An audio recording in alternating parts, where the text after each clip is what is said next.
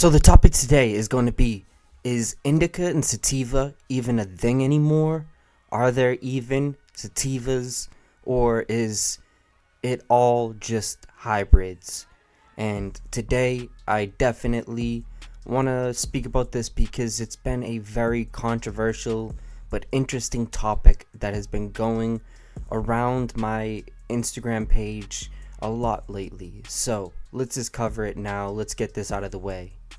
Indica and sativa are very loose terms, and they are used to talk about specific effects that the strains will give you. In my opinion, of course, these have been lost, especially due to different breeders trying to breed everything together and creating these weird hybrids that are not really going to be able to help patients that are looking for medical benefits, which leads a lot of people to stop smoking weed. But in my opinion, I do think that indica and sativa still have meaning to it. There are words that are used for certain reasons, and they aren't just gibberish. They make sense.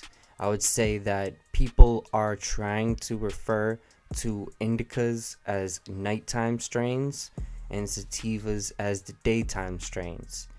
This can get very tricky though, because some different patients may have different effects from these different strains. Someone could smoke a sativa and they might end up getting a lot of anxiety, and then someone could smoke a sativa and they might get all of their anxiety washed away. So it is a very tricky thing to talk about. It is something that honestly can't be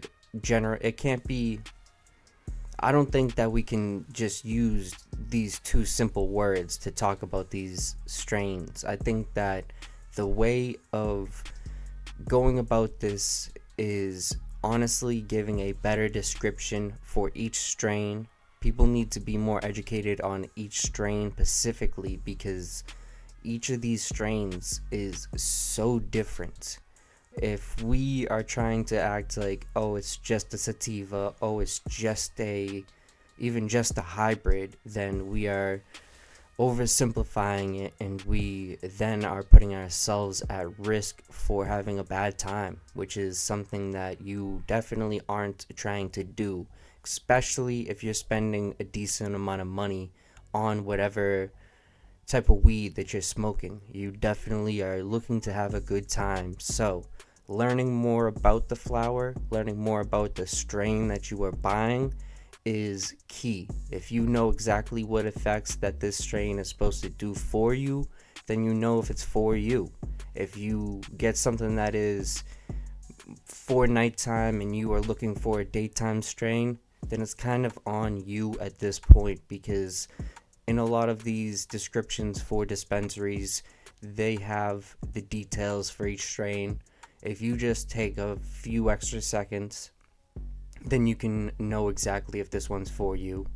But at the end of the day, sativa and indica, they're very, very loose terms, because each strain is so different. So the only piece of advice that I can give anyone is just learning about the strains. Once you know about which strains are best for you, then you know what to look for.